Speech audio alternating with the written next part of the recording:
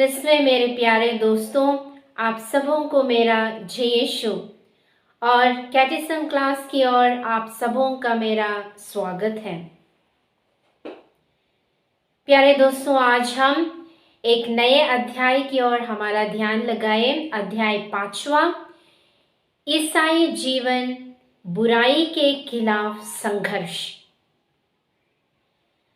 हमने 4 अध्यायों में इस कैटेकिज्म क्लासेस के जो आखिरी वर्ष है आप लोगों का, इसमें हमने ईश्वर के कलीसिया के साथ जीने का और कलीसिया के साथ हमारा जो विश्वास है, क्रिस्तीय जीवन, कलीसिया और समाज में किस प्रकार हमें आगे बढ़ाना है, इसके बारे में आपको कलीसिया अंतिम रूप से सिखा रही है। इसलिए पहले अध्याय में हमने विश्वास एवं जीवन के बारे में सीखा। दूसरे अध्याय में विश्वास विरोधी सिद्धांतों के बारे में।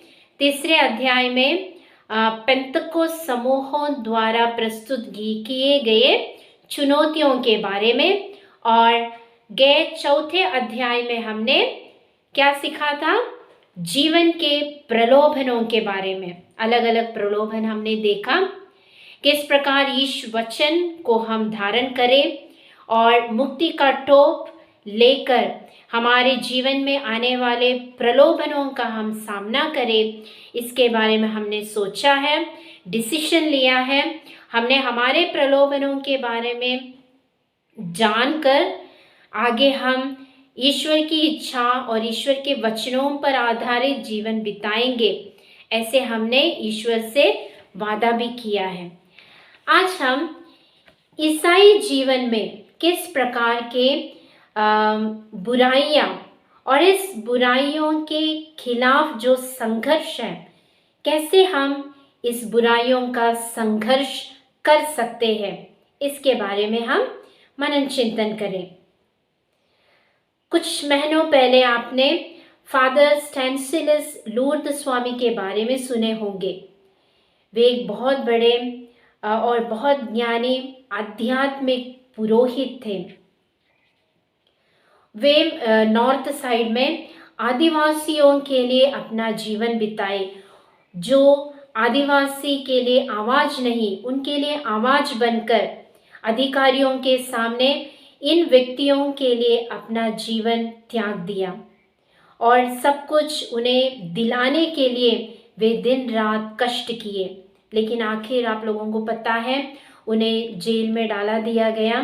जेल में रखते समय, जब वे जेल में थे, तब उन्हें पार्किंसंस का एक बीमारी हुआ और जो चीज़ उन्होंने, एक कप स्ट्रोक और एक ब्लैंकेट उन्होंने पूछा, लेकिन वह भी उन्हें नहीं दिया गया जेल में। आखिर ऐसे हुआ, ईश्वर के लिए वे सब कुछ सह लिए और आज वे हमारे साथ नहीं रहे। जुलाई 5 तारीख को 2021 उनका मृत्यु हो गया और वे आज ईश्वर के सानिध्य में। इसी प्रकार धन्य रानी मरिया सिस्टर भी लोगों के लिए, गरीबों के लिए उन्होंने अपना जीवन बिताया, लेकिन आखिर उन्हें मार डाल दिया गया। वे सब दूसरों के जीवन के लिए, दूसरों की अच्छाई के लिए संघर्ष करते हुए अब एक अच्छे सच्चे क्रिस्ती बनकर ईश्वर को साक्ष्य देकर अपना जीवन बिताए। तो क्रिस्तीय जीवन यह है कि जब हम कोई बुराई देखें तो उस बुराई के खिलाफ हम खड़े रहना चाहिए। यही इन व्यक्तियों ने किया था, फादर स्टैनिस्लास और सिस्टर रानी मरिया ने। उन्होंने बुराई के खिलाफ खड़े रहकर उस पर संघर्ष करते हुए अच्छाई को दिलाने के लिए पूर्ण कोशिश अपने जीवन द्वारा उन्होंने किया। बाइबल में ऐसे एक व्यक्ति है जिन्होंने इस बुराई के खिलाफ लड़ाई किया था।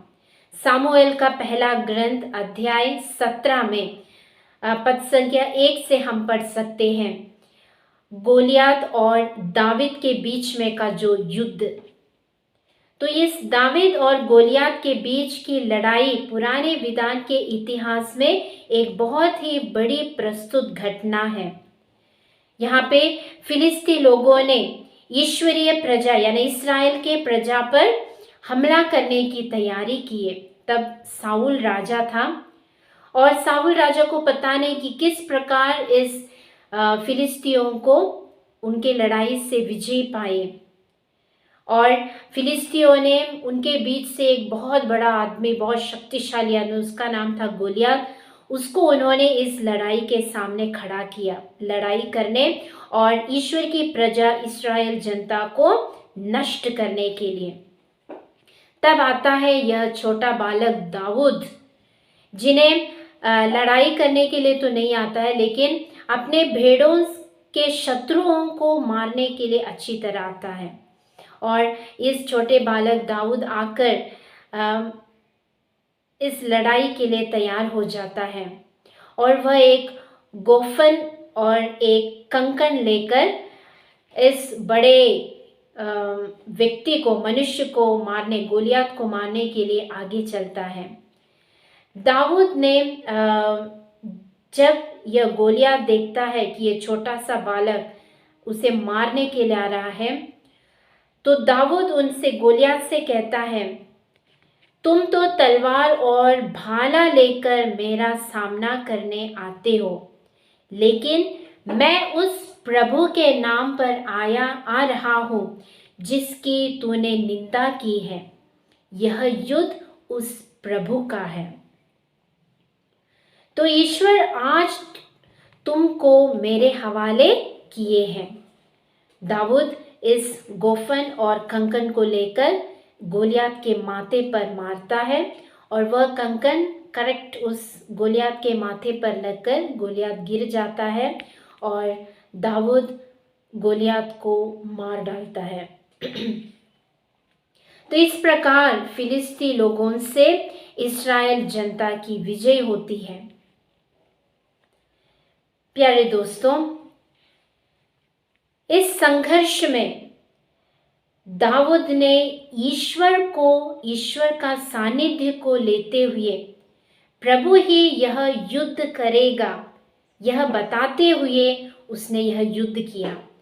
दाऊद ने नहीं कहा कि मैं तुम्हें मारने वाला हूं, लेकिन ईश्वर यह युद्ध करेगा, प्रभु यह युद्ध करेगा कहकर उन्होंने यह संघर्ष का सामना किया। संघर्ष क्या है? क्या आप लोग संघर्ष, अपने जीवन में संघर्ष का अनुभव करते हो? अभी कोविड के इस काल में हम हर एक व्यक्ति कहीं न कहीं रूप से, कहीं न कहीं संघर्षों का सामना हम कर रहे हैं। इसी प्रकार जिस प्रकार दाऊद ने गोलियत की ओर से संघर्ष किया था। तो जब गोलियत ने इस युद्ध में आया तो वह अपने टैलेंट पर, अपने ही प्रौढ़ी पर और बुराई की ओर खड़े रहते हुए उन्होंने युद्ध किया, इसलिए गोलियत हार गया। लेकिन दाऊद परमेश्वर पर विश्वास रखते हुए, ईश्वर प्रभु पर विश्वास रखते हुए दाऊद ने युद्ध किया, इसलिए दाऊद जीत गया। तो इनका संघर्ष हमारे ईसाई लोगों के विश्वास की एक संघर्ष है। बुराई की ताकतें उन लोगों के खिलाफ निरंतर लड़ती रहती जो ईश्वर के साथ रहते हैं। प्रलोभनों एवं कुकर्मों के जरिए भलाई का सर्वनाश करने और भलाई के पक्ष में रहने वालों को नष्ट करने के प्रयास में बुराई की ताकतें निरंतर लगी रहती है। इस परिस्थिति में दाऊद की तरह ईश्वरीय शक्ति से संपन्न होकर बुराई की ताकतों पर हमें विजय पाना है। संत पौलुस भी हमें यह शिक्षा देते हैं कि ईसाई जीवन शैतान एवं उसकी ताकतों के खिलाफ का एक संघर्ष है। इसके लिए वे हमें इस प्रकार याद दिलाते हैं इफिसियों के पत्र अध्याय 6 पद संख्या 10 से 12 तक। अंत में यह आप लोग प्रभु से और उसके अपार सामर्थ्य से बल ग्रहण करें। आप ईश्वर के अस्त्र शस्त्र धारण करें, जिससे आप शैतान की धूर्तता का सामना करने में समर्थ हो, क्योंकि हमें निरे मनुष्यों से नहीं बल्कि इस अंधकारमय संसार के अधिपतियों, अधिकारियों तथा शासकों का आकाश के दुष्ट आत्माओं से संघर्ष करना पड़ता है। तो इसका निष्कर्ष इस प्रकार है कि प्रलोभनों का मुकाबला करने और बुराई की ताकतों के खिलाफ जंग छड़कने का फर्ज क्रिस्त शिष्य का होता है। तो हम हरेक क्रिस्तीय का जिम्मेदारी होती है कि बुराई को नष्ट करें और सच्चाई को अपनाएं। तो संघर्ष के दो स्तर हैं। बुराई के खिलाफ जाने वाले क्रिस्तीय संघर्ष दो प्रकार के हैं। पहला है अपने अंतरतम में रहने वाली बुराई के आधिपत्य एवं प्रलोभनों का सामना करते हुए उन्हें परास्त करना है। बुराई के बाहरी ताकतों के खिलाफ होने वाला संघर्ष दूसरे सत्र में आता है। तो हमें पता है मत्ती के सुसमाचार अध्याय 4 में ईसा मसीह भी एक संघर्ष से गुजरे थे, है ना, प्रलोभन से गुजरे थे। तो इस संघर्ष में ईसा मसीह पिता ईश्वर के वचनों पर दृढ़ रहते हुए उन्होंने शैतान को हरा दिया और उस संघर्ष में विजय पाई थी। तो इस प्रकार हमने गए अध्याय में प्रलोभनों के बारे में सुने थे। प्रलोभन और इस बुराई के तरफ संघर्ष एक साथ जाता है। जब प्रलोभन आते हैं, जब मैंने कहा था हम संघर्ष में गिर जाते हैं, उसी प्रकार जब कोई बुराइयां हम देखते हैं, उस बुराइयों से बचने के लिए हमें तन मन से ईश्वर के अस्त्र शस्त्र को धारण करते हुए उस बुराई के खिलाफ संघर्ष करना चाहिए।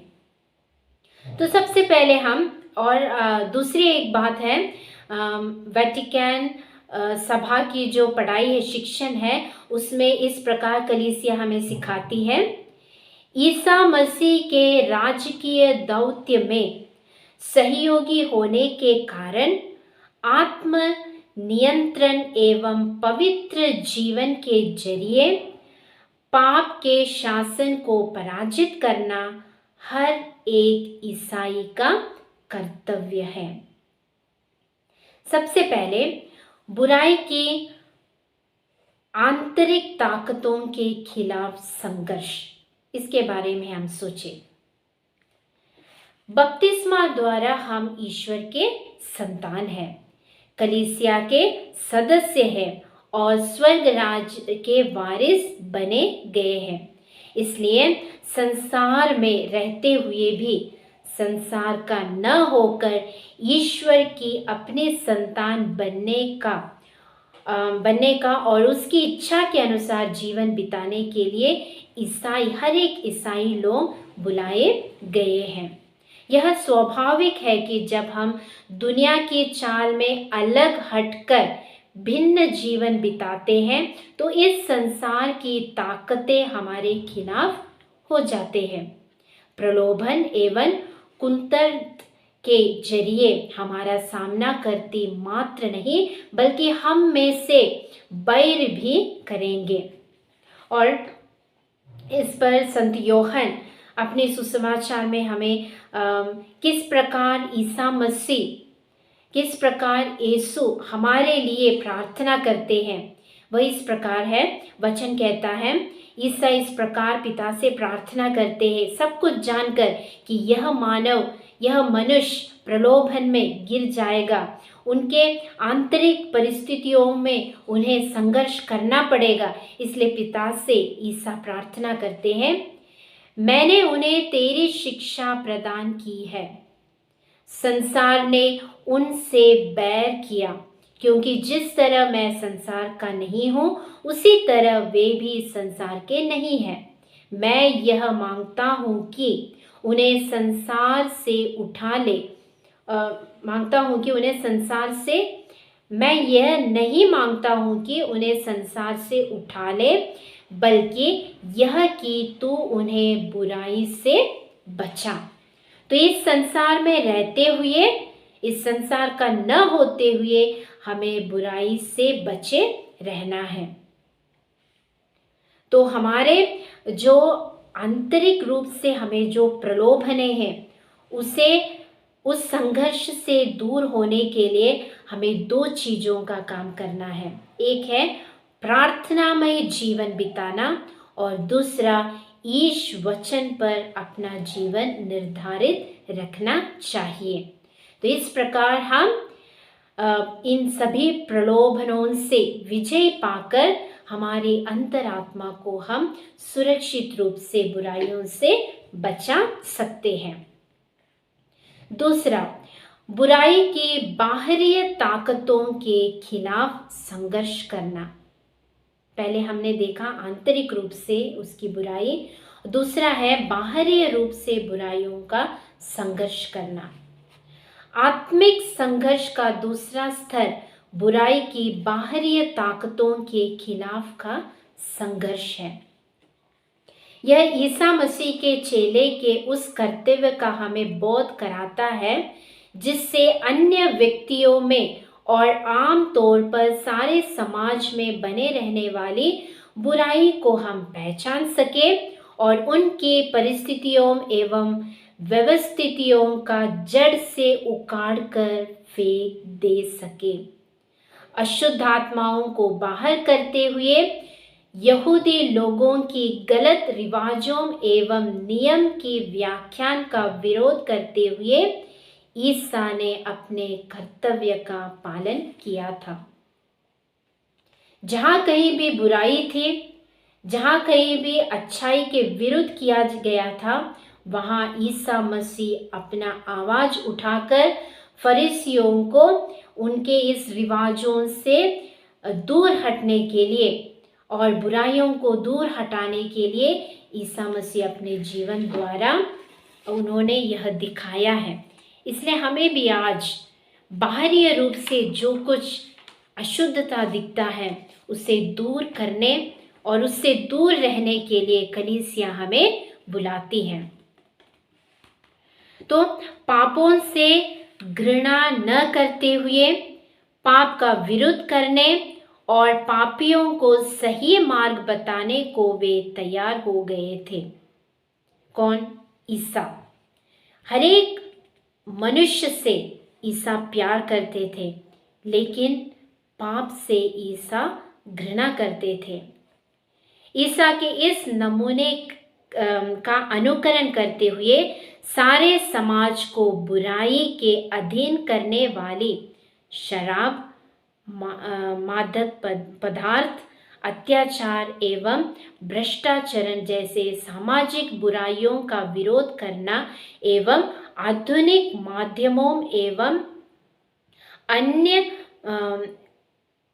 व्यवस्थितियों द्वारा मनुष्य पर थोपा जाने वाले उपयोग, संस्कार, अत्याचार की प्रवृत्तियों एवं लैंगिक अराजकों के खिलाफ संघर्ष करना ही हर एक ईसा मसीह के चेले का फर्ज है या शिष्यों का फर्ज है।